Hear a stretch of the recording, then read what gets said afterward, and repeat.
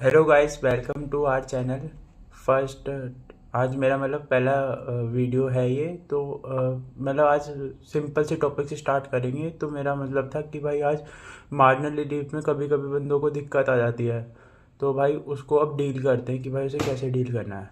देखो, marginal relief हम क्यों देते हैं? मार्जिनल रिलीफ सरकार इसलिए दे देती है कि भाई तुम्हारी सपोज करो 48 लाख की इनकम थी पहले, अब उस पर हमारा सरचार्ज नहीं लग रहा था। अब 48 से हमारी 51 लाख की इनकम हो गई। अब 1 लाख से 50 लाख तक की इनकम पे हमारा सरचार्ज नहीं लगा। सिर्फ 1 लाख की इनकम बढ़ाते ही हमारा सरचार्ज लग गया। और उस समय हमें देखने का भी ऐसा तो नहीं है कि बिकॉज ऑफ 1 लाख की इनकम बढ़ाने की वजह से कभी हमारा टैक्स ही हमारा 1.5-2 लाख का बढ़ा हो, तो उससे क्या बेनिफिट है।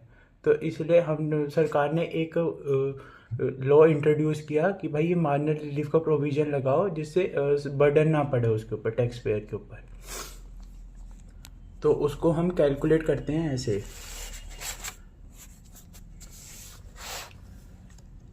ये देखो गाइस, अभी मैं आपके आगे हैंड टू हैंड एक एग्जांपल लिख रहा हूँ कि इसके अंदर क्या है कि हमारी टोटल इनकम बैठ रही है 49 लैक्स। तो उसके ऊपर हमें पहले अपनी टैक्स लायबिलिटी निकालनी है।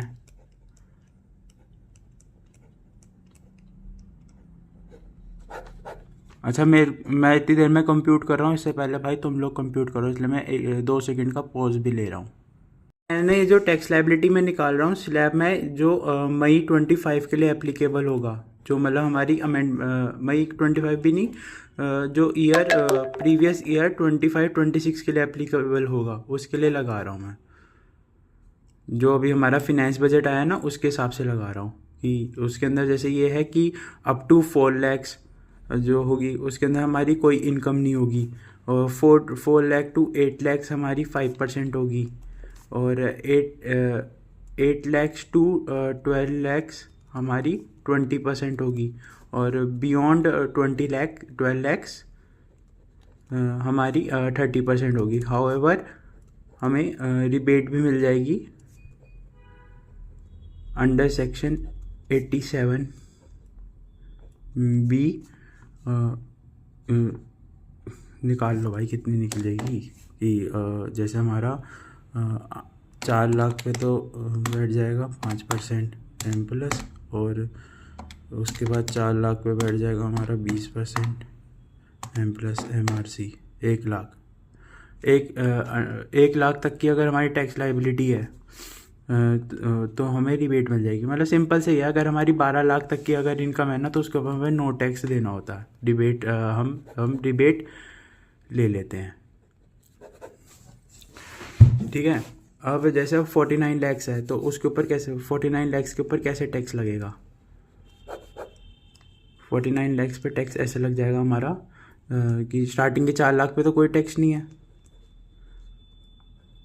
फिर उसके बाद 4 लैक्स जो 8 लैक्स इनकम होगी हमारी, उस पर लग जाएगा हमारा 20,000 रुपये टैक्स, 5% के हिसाब से। फिर 8 लैक्स टू 12 लैक्स होगी तो उस पर लग जाएगा 80,000 रुपये।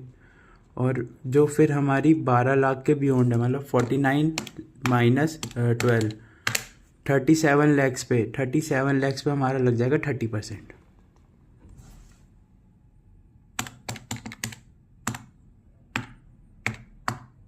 11,10,000। तो टोटल हमारा हो गया 11,10,000, 80,000 और 20,000। 12,10,000 हो गई हमारी। ये देखो भाई, अगर कोई पिक्चर क्वालिटी में या कोई वैसे दिखा तो भाई को माफ़ कर देना यार। पहली वीडियो है, चलेगी, दोनों भाई बैठ के पढ़ेंगे। लेके आनी है एग्जाम्शन तुम्हें भी, मेरी तो चलो आई गई है।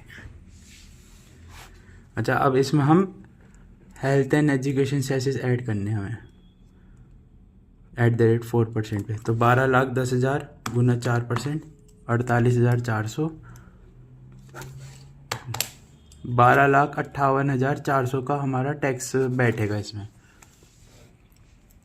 अच्छा, अब ये इस एग्जांपल पे अगर हमारी टोटल इनकम, अच्छा मैंने इसमें ना डिविडेंड का नहीं किया है, क्योंकि डिविडेंड अगर आ जाता है तो फिर वो सरचार्ज का फ़र्क आता है, वो हम सीख लेंगे अभी।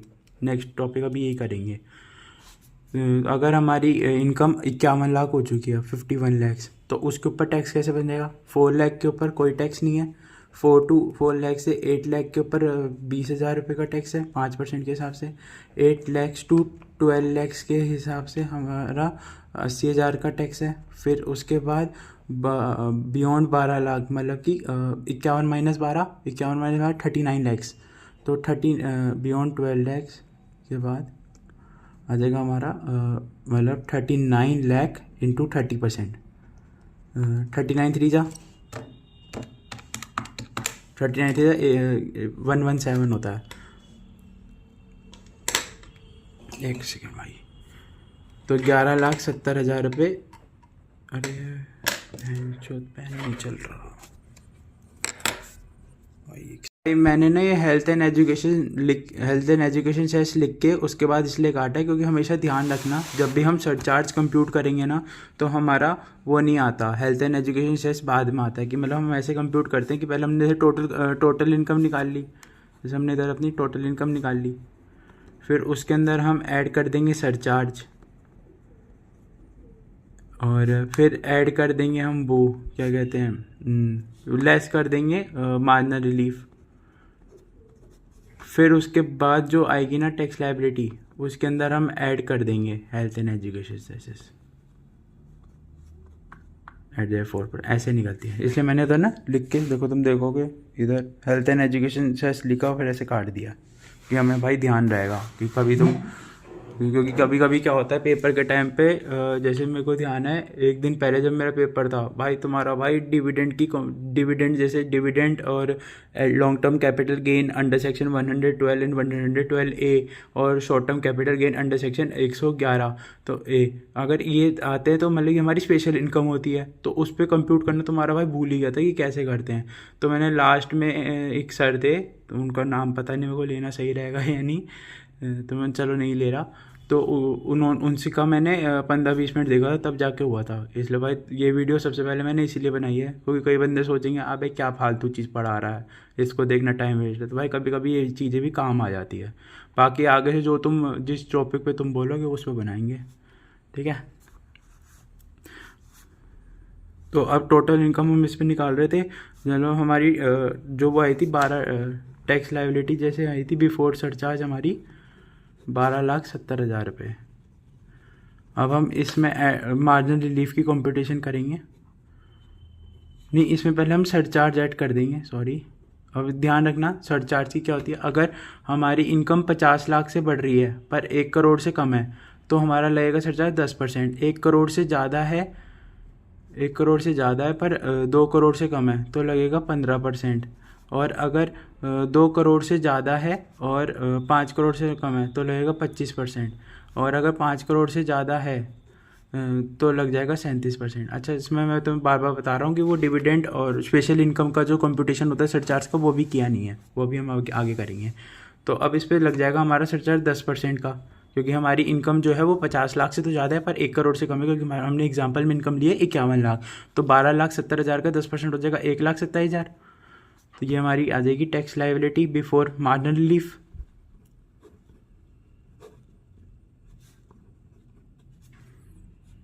ये कितना हो जाएगा 12 लाख, ये कितना हो जाएगा 12,70,000 प्लस 1,27,000, 13,97,000 हैं। अब इसमें हम मार्जिनल रिलीफ कंप्यूट करेंगे। अब इसमें कर देंगे, इधर हम लिख देंगे लेस मार्जिनल रिलीफ जो भी आएगा हमारा।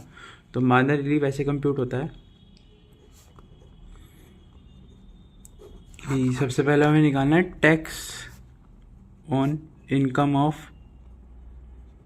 51 लैक्स, जो आया था हमारा 13,97,000, ठीक है। फिर हम निकालेंगे टैक्स ऑन इनकम, कुछ भी एग्जांपल ले सकते हैं जिसके अंदर हमारी इनकम होगी 50 लाख से कम।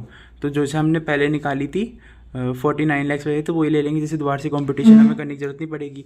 तो जिसमें हमारी आई थी 12,10,000 रुपये, ठीक है। अब हमें इसमें लिखना है कि डिफरेंस,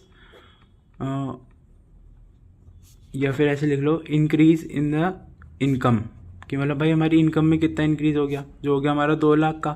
और 2 लाख की इनकम की वजह से हमारा increase in tax because of increase in income कितना हो गया, ये देख लो भाई, ये आ जाएगा हमारा 13,97,000 माइनस 12,10,000 रुपये।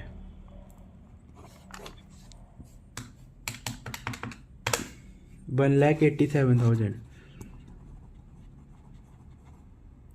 तो इसमें हो जाएगा भाई कि 2 लाख की इनकम बढ़ी है और पर हमारा जो वो है वो 1,87,000 है, तो इसमें हमें मार्जिनल रिलीफ नहीं मिलेगा। मार्जिनल रिलीफ तब मिलेगा कि भाई इनकम ज़्यादा हो रही है और टैक्स मतलब इनकम कम हो रही है। जैसे अगर इधर ऐसा होता है ना कि भाई 1 लाख से इनकम बढ़ रही है और वो हो रहा है 1 लाख ज़्यादा, मतलब 1 लाख 1,000 10,000 50,000 जितना, तो जो उससे एक्सेस में आएगा ना वो हमारा मार्जिनल रिलीफ हो जाता है। तो इसमें थोड़ा एग्जाम्पल ही गलत ले लिया भाई तुम्हारे भाई ने, तो इसलिए ये हमारे मार्जिनल रिलीफ इसमें 0 हो जाएगा और फिर हम ऐड कर देंगे health and education cess at the 4%।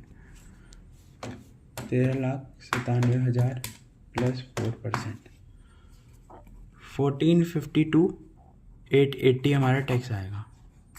चलो अब अगर हम इसमें ऐसे करें इसकी जैसे अगर हम इसको कर दें दोबारा से अगर हम निकालें टैक्स ऑन इनकम ऑफ, थोड़ा एग्जांपल चेंज करते हैं कि भाई इनकम अगर हमारी 50,50,000 होती है तो उस पर क्या टैक्स बैठता, तो वो निकाल लो तुम कि 50,50,000 माइनस 12 लाख गुना 30% M plus 1 lakh M plus MRC, तो इसमें आता है हमारा 12,55,000 और प्लस इसका 10% सब चार्ज को गिर देता हूँ, यह आता है हमारा 13,80,500।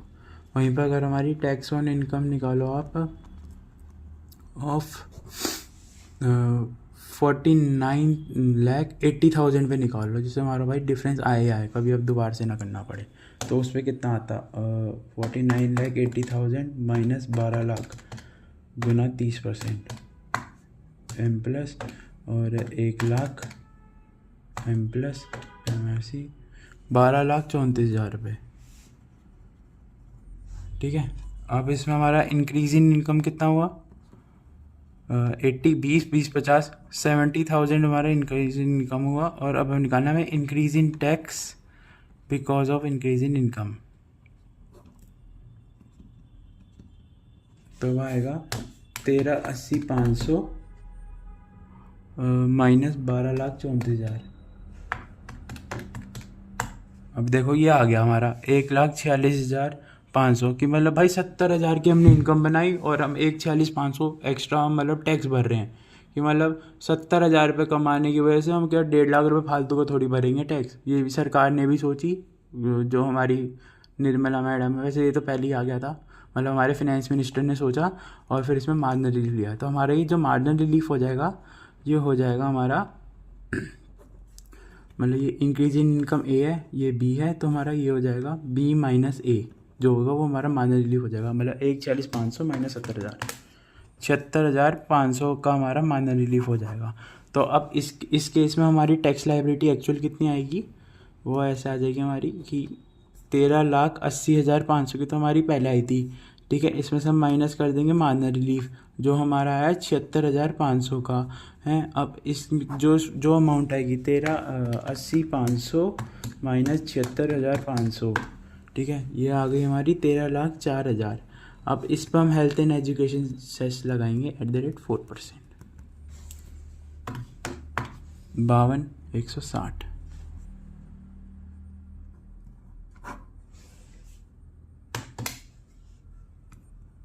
तेरह 56,160 की हमारी आ जाएगी टैक्स लायबिलिटीज में। ठीक है, तो ये होता है भाई कि एक मार्जिनल रिलीफ कैसे कंप्यूट करना है और उसका क्या ट्रीटमेंट होगा टैक्स लायबिलिटी पे। ठीक है, अच्छा अब भाई एक चीज़ ध्यान देखना, जो मतलब सरचार्ज होता है ना वो मतलब नॉर्मल केस में जैसे इसमें है, अब इसके अंदर सरचार्ज हमारा उस पर नहीं लगता। Dividend long term capital gain under section 112A और 112 और शॉर्ट टर्म कैपिटल गेन। अच्छा, अगर ये इनकम है उसके ऊपर भी सरचार्ज कंप्यूट करना है तो उसमें ऐसा हो जाता है कि भाई अगर हमारी टोटल इनकम इंक्लूड करके डिविडेंड की long term capital gain under section 112A और 112 और short term capital gain under section 111A।